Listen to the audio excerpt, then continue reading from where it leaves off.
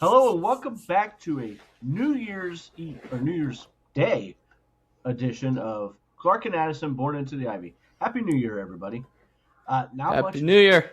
been happening, sadly. I mean, really league wide, but especially for the Cubs. They have made two relief pitching additions since we last talked.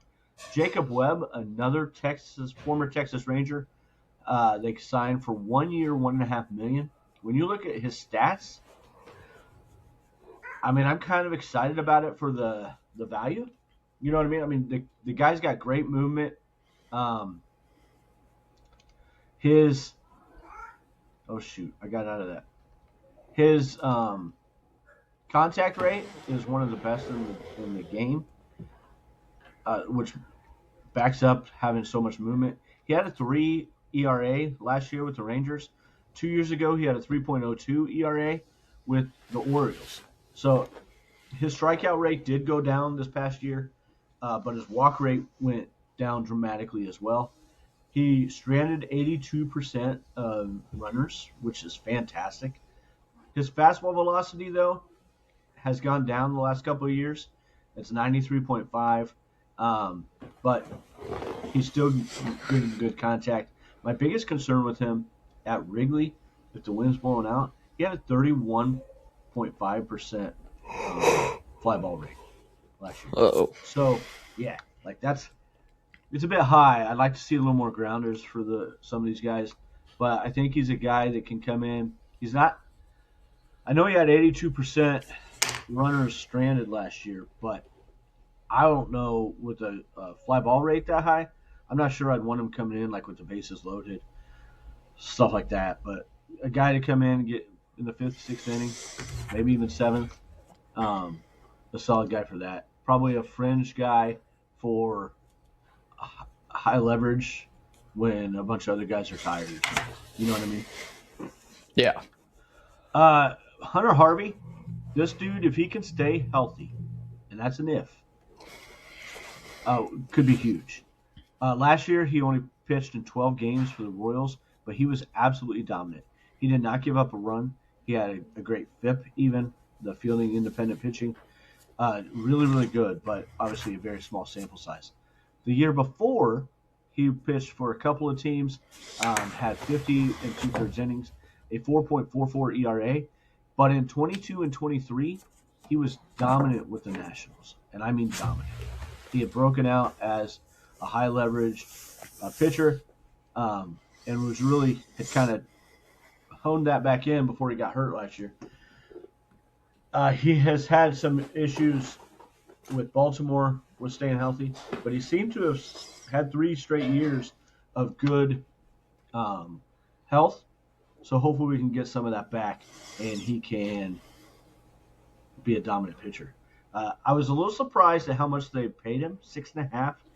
It's 6 or 6.5. And although I don't think that's terrible for what we could get, I think that it was a little higher than I anticipated. You know what I mean? Given some of the injury history. What are your thoughts about those guys? I think they're definitely a good addition to the team. I mean, again, the Cubs are doing what they said they were going to do. We're going to get more pitchers, especially if we're not going to sign the guys that, we obviously the Cubs don't want to put in their budget. Yeah. But again, I think Hunter Harvey's a really good addition to the team. I'm not too sure about the other guy, especially with the low velocity and fly ball rate. Yeah. It makes me nervous, for sure. Man, I can't find the other thing I had. Dang it. It was about the bullpen, and there it is. I just found it. I'm cautiously optimistic. I didn't really have any feelings either way when I first heard about the signing because I didn't know much about him. Well, when I went and saw some of the stats and how much movement he has on his pitches, even though 93.5 when it moves a lot can be more like 96, 97. You know what I mean? Mm-hmm. So as long as that movement continues and we have that, that's a big possible addition. I mean, I don't think a whole lot of people were too excited about Brad Keller when they first signed him to a minor league deal. So you never know quite how it's going to pan out. That could be a really nice addition too. I think it's got higher upside than I initially thought with Jacob Webb. But Harvey is the big one. It's just $6 million, not $6.5. And that again, that's not terrible by any means. I think it's a pretty solid deal. I just thought it would be closer to 4 or 5, I guess. And that 1 or 2 million can make a big difference when you start to get, because they still haven't made that big addition that everybody keeps hoping. Mm-hmm. And they're probably going to be signing another bat at some point too. So, the Cubs have spent $29.5 million upgrading and supplementing their bullpen this offseason. In terms of collective bargaining, payroll added, Phil Maton is $7.25 million. Hunter Harvey, $6 million. Caleb Thielbar, they re-signed at $4.5. I love that signing to bring him back. Hobie Milner, the more I've dug into him, the more I really like that addition too. He's $3.75 million, and Jacob Webb at $1.5 million. Colin Ray is also included in that $29.5 million, and he was a club option that was picked up at $6.5 million. And I don't think that's enough for Colin Ray, so I think that's an amazing deal. Even if he doesn't have to pitch as great as he did last year, I don't think. Oh no. Mm-mm. Like, even if he is what they expected him to be last year, just a solid swing guy who comes in, eats some innings, maybe can come in a big spot when some of the other guys are tired. You know what I mean? Have pitched a lot. Right.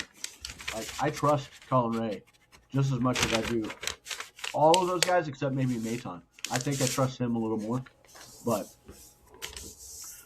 the other part of Webb that I didn't, he's had his whiff pitch is 35% the last 2 years with a changeup. It's his highest swing and miss pitch. I thought that was interesting. Isn't that He's got a nice changeup, it sounds like. Cade Horton's too? Yeah. Yep. Okay. The changeup can really be slept on. I'm stoked about Cade Horton this year. Oh yeah, me too. Outfielders that I think are good additions, possibly good additions that are still available. I thought I would have sworn Harrison Bader signed someone, but this is showing that he is still available. If that's the case, man, I thought he did sign somewhere. I thought he signed with the Mets. I think you're right. I don't know why this is showing that, or not showing that, but I would have sworn that he did as well. Garrett Hampson's out there. I don't know that I'm too excited about that.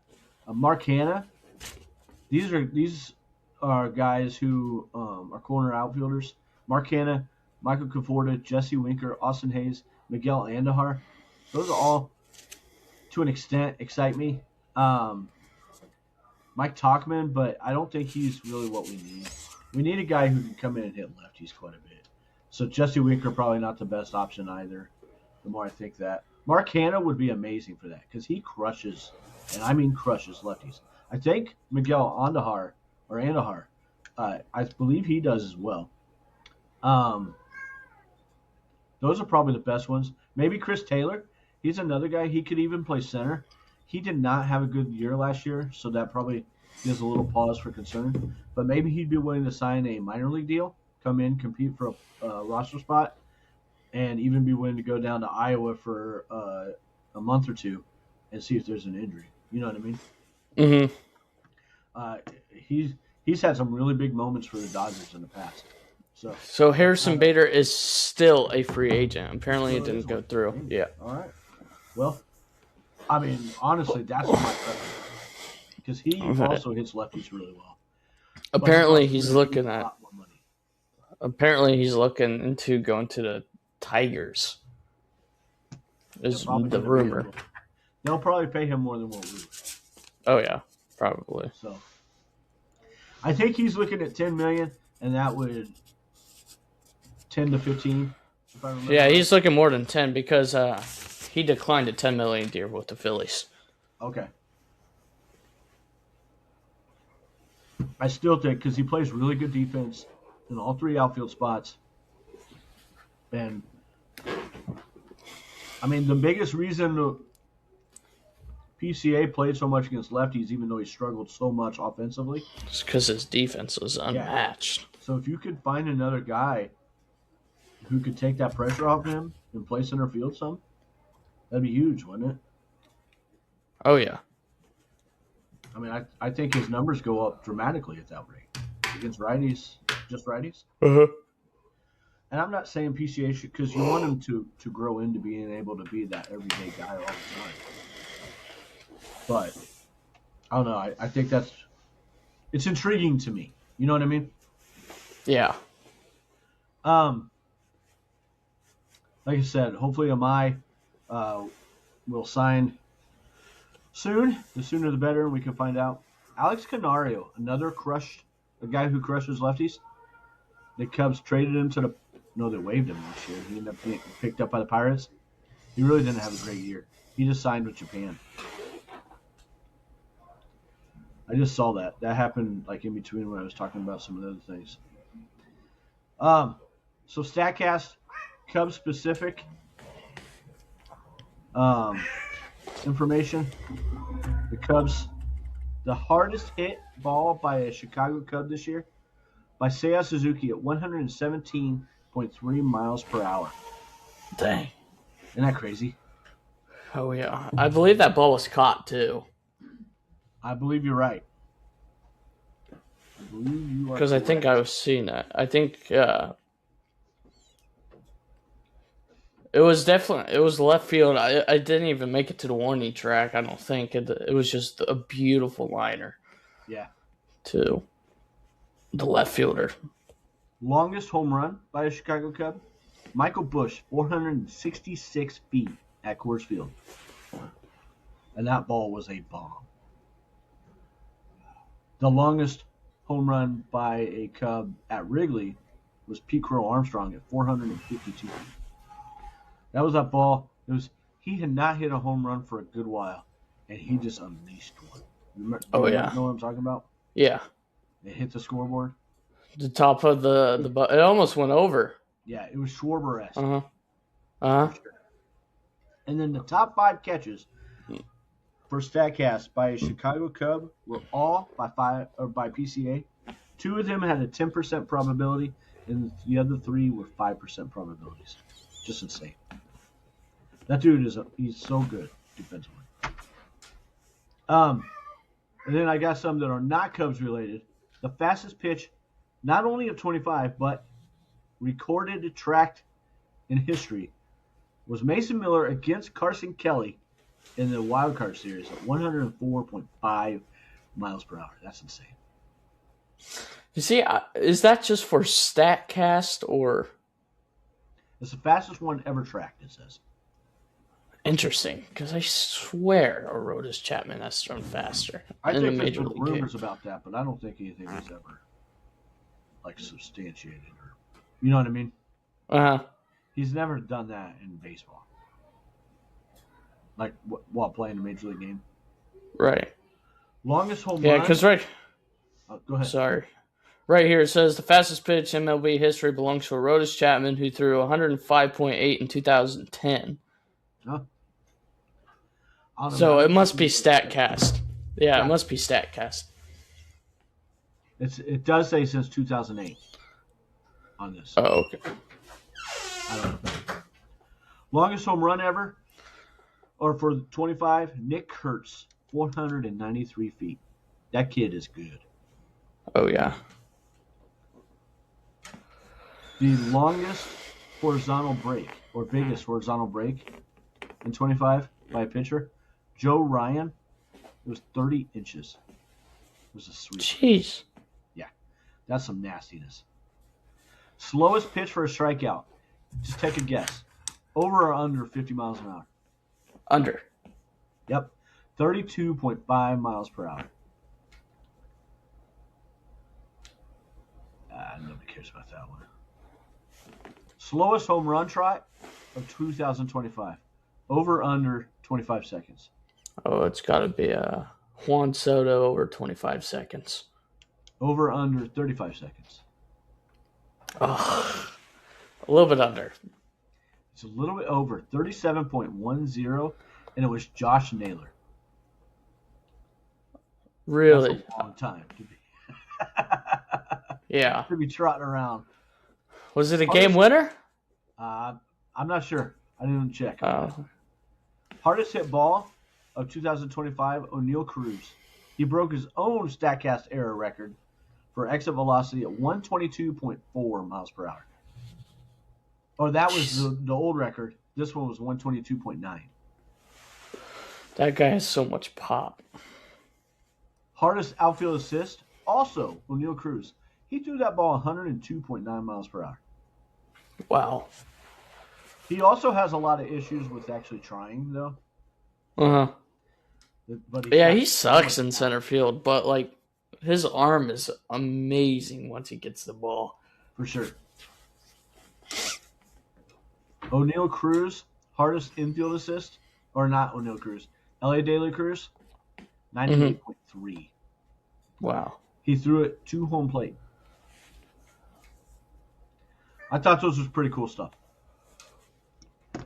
I know they're not all Cubs, but still, I thought it was cool. That's all I got. You got anything, buddy? Nope. Like I said, hopefully we'll get some more. Find out here in the next day or two, and at least one of us will pop on and talk about what happens with Amai when we find out more about that. Hopefully we'll be celebrating because the Cubs get him. I think he can be the high upside without having to pay $35-40 million for an ace that the Cubs need to go and pair with Justin Steele once he is fully healthy. So, and Cade, don't forget about Cade. I think he's going to grow into an ace. I just don't. I don't want to put that on him right now, and I hope the Cubs don't. You know what I mean? Yeah. Matthew Boyd, I think, is a really good pitcher, but the team is overall better if Boyd is your 3, in my opinion, and Choate is the 4. You know what I mean? And Jameson Taillon as a 5, that's pretty amazing. Is that? Oh yeah. Oh yeah. I mean, that makes me excited. Because Jameson. I think our starting pitcher is going to be unmatched this year. Agreed. Agreed, especially if they can go get that guy. Mm-hmm. So, we'll talk to y'all later. Have a great day. Happy New Year, everybody.